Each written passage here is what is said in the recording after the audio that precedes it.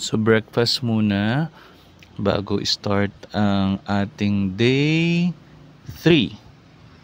Yan, dito ako sa McDo, trinay ko yung basic meal lang nila, which is ito, yung egg sandwich, tapos masarap yung winter melon milk tea na McDo, promise. Siya ang number 1 ko sa pinakamasarap. Ayan, and always do not forget to do Claygo. Okay, let's go kahit maulan.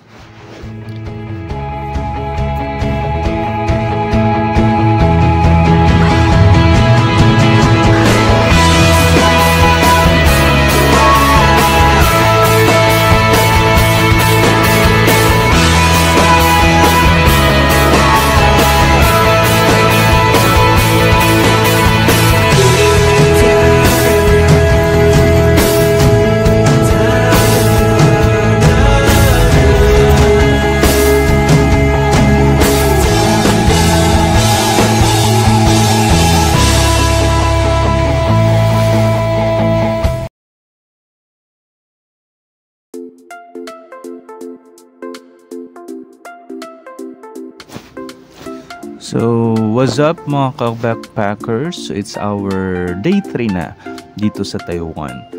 So, based on our itinerary, we are going to Maokong Gondola and Taipei Zoo.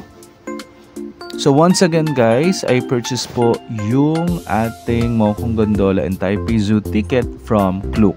So, hanap na lang kayo ng pinaka maganda or pinakamurang deal sa Klook. So during this time guys, medyo maulan nung umaga, so medyo nag-doubt ako kung itutuloy ko kasi of course Taipei Zoo it's more of walking, diba? Pero since hindi naman siya ganun kalakasan, so I decided na ituloy na rin siya since ito lang naman ang ating itinerary for today. So from Taipei Main Station, Banan Line, so punta lang tayo sa or baba tayo sa Zhongxiao Fuxing. Okay, correct my pronunciation kung mali. Tapos from there, lakad lang po, medyo malayo-layo ang lalakarin. Transfer po tayo ng Brown Line and then after nun, sa pinaka-last station po, Taipei Zoo. And then pagkadating sa Taipei Zoo, exit 2, ayan po yung lalakarin natin papunta po doon sa part na yon. Yan, dun po yung para sa Maokong Gondola. Ayan, so during this time kahit maulap, napakainit. So siguro naglakad ako ng mga 7 to 10 minutes para makarating dito sa station na to, yung first station ng Maokong Gondola. Then pagdating sa entrance, ipepresent po nyo yung QR code from Klook para makuha po itong ticket natin. Ayan, then we proceed na sa 4th floor. Tama ba? Kalimutan ko, 4th floor. And then yan, makikita na po natin yung mga pila para po sa Maokong Gondola. Itong maraming nakapila po, yan po yung para sa regular cabin. Then dito naman sa right side, ito naman po yung para sa crystal cabin.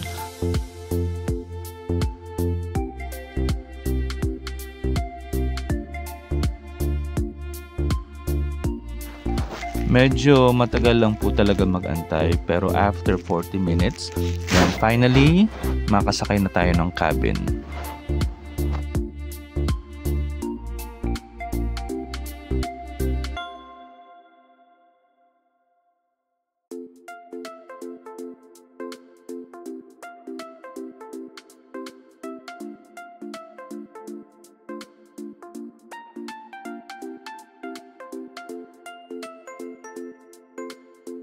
Where are you from? Philippines. Philippines. Oh, okay. Welcome to Taiwan. Hi, thank you. You just come Taiwan, just the only one? Yes. Oh, wow. Only solo traveler. No friends with you? They don't have vacation, that's why. Oh. How about you? You're from here, from there. Yeah. I'm the Taipei City. Nice to meet you. Just to meet you. Yeah, after Yeah. this. Oh, you first you go to the Maokong first, then go down to the Taipei Zoo. You're asking me if I will go there. Yeah. This one is just one way. Are we going? Are there four? Yeah, you can stop at any station Okay. that you want. Then the last one is Taipei Zoo. The last one is Malcolm. Okay. So from there, go down then. Yeah. Taipei Zoo. That will be the best because the weather is not so good. Okay. It might be rain, maybe have rain in the afternoon. I see. So the first stop should be The last one. the last one Okay. because it will have rain first, Okay. and then you can go down. I see. Thank you for that suggestion. Yeah. Will you also go there in the last? Yeah. Okay.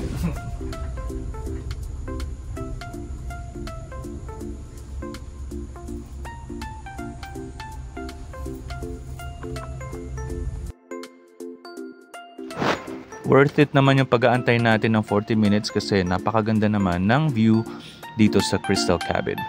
Ayan, so nandito na tayo sa pinaka-last station which is the Mokong Gondola Station. Yan, marami pang mga bagets dito. Naka-field trip ata sila. So, thank you doon sa Taiwanese na nakasabay ko sa cabin. Ayan. So, siya yung nagbigay ng tips kung paano natin ma-maximize yung time natin. So, according to her, unahin yung pinaka malayo which is ito yung Mokong Gondola Station. So, ito na yung map. Yan, that will serve as your guide.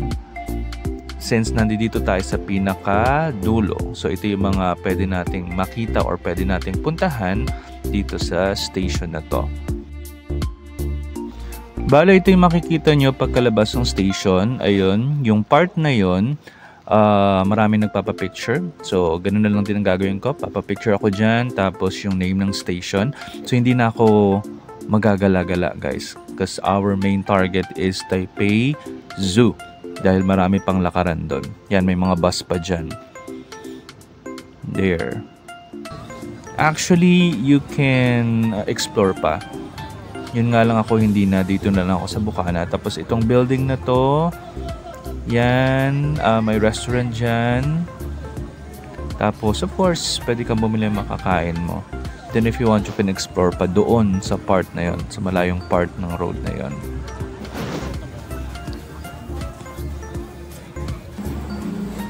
Alam nyo guys, never akong bumili ng mga sausages dito sa Taiwan. Hanggang tingin-tingin lang ako. Ayan, so I decided to go back na. So sakay na tayo pabalik. So let's have a view muna ng mga cabin habang gumagalaw. Tapos on your left side, makikita mo yung magandang view together with the Taipei 101. So ando doon. Then guys, andito na tayo sa third station, yung sa mga temple. Yan. So as I was observing this one, yan, parang maganda naman yung place. Yun nga lang, wala akong nakikitang tao. Parang walang, and also nung dumaan kami dito, wala namang bumaba. So iniisip ko kung bababa pa ako dito to just see the area. Pero yun nga, feeling ko walang tao, so hindi na ako bumaba. So dito na ako bumaba sa second station which is yung Taipei Zoo. Yan, pagkababa mo makita mo tong diorama. Diorama, tama ba? Basta yung pinaka parang map, 3D map ng Taipei Zoo. Bale guys, dito yung station ng Mokong Gondola. This is the south station of Taipei Zoo. Then meron din of course na station doon sa pagkababa mo ng MRT, yung sa exit 1. So ipe-present uli yung QR code from Klook. Tapos after nun, pipila muna tayo dito kasi yung na-purchase mong Klook is meron siyang shuttle. Ayan, ayun na yung shuttle. Yun nga lang guys, one way lang to, yung papunta lang. So yung pagpabalik, you need to pay na.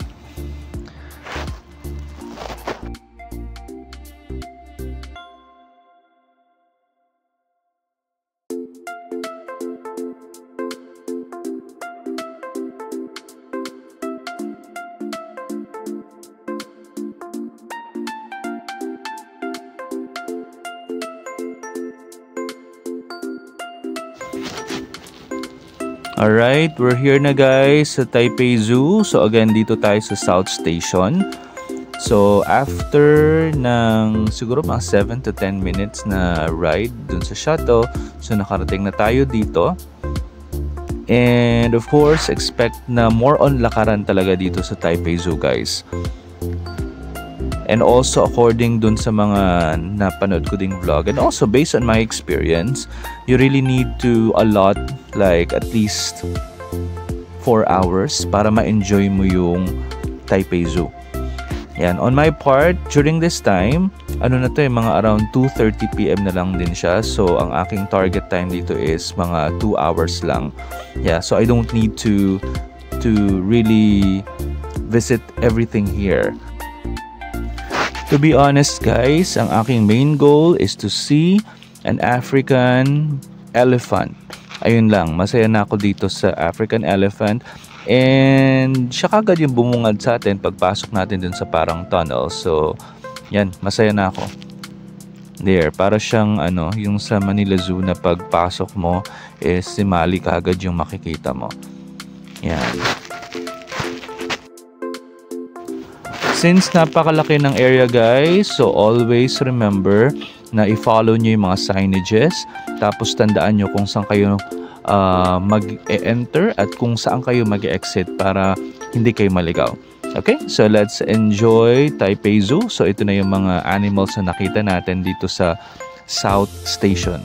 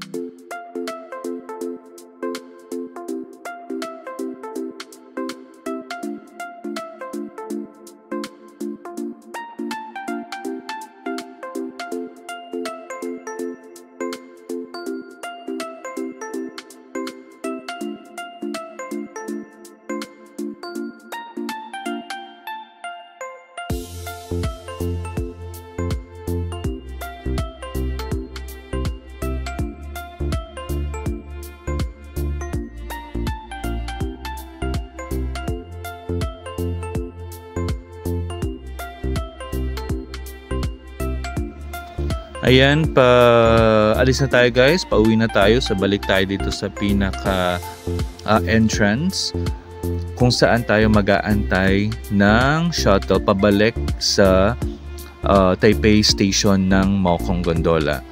Okay, guys, again ha, hindi na po libre yung shuttle na pabalik. So, you need to pay 5 NTD. Tapos, pagkarating nyo dito sa area na to, sa waiting area, guys, kapag pabalik kayo ng Taipei Zoo Station, dapat nandun kayo sa pinakadulong right. Doon ang pila ng shuttle doon. Okay, just be guided ng karatula, ng sign dito kasi medyo confusing siya. So, ako, naiwanan ako noong nung shuttle kasi nasa maling pila ko. Tapos tinanong ko yung lady guard, parang lady guard yun nga. So dapat dun daw ako sa right na nakapila, dun sa rightmost part. Yeah, dito sa area na to. Kasi ang napilahan ko is train going to other place. So, yun na nga guys. Alright, so nakabalik na tayo. So remember, include Taipei Zoo in your list or in your plan. Especially kung animal lover ka. But you need to spend at least half day. Okay, para ma-enjoy mo yung Taipei Zoo. Then mag-ready kayo sa maraming lakaran. Bring extra shirt if possible. Umbrella. Yun dahil of course napakalaki, napakainit sa area. Then, ito nga pala yung na-purchase ko guys sa Klook. Yung Mokong Gondola plus Taipei Zoo. One day pass sa Mokong Gondola with also shuttle dun sa Taipei Zoo for 582 pesos. Ayan. So, pero pwede pa kayong maghanap ng mas mura or mas okay na deal sa Klook. Next time nga guys, ang plan ko is mag-purchase ulit ako tapos mag-only ride lang ako sa Mokong Gondola. Yan, kasi napakaganda nga. Tapos siguro doon naman ako sa isang station ng Taipei Zoo mag-enter next time. Alright, so ngayon guys, andito ako sa Songshan Station para maghanap ng good spot for Taipei 101, which is this one. I found this, so it's a good spot also. Then after this, I'll go back to Pokemon Center to purchase some items. So thank you guys!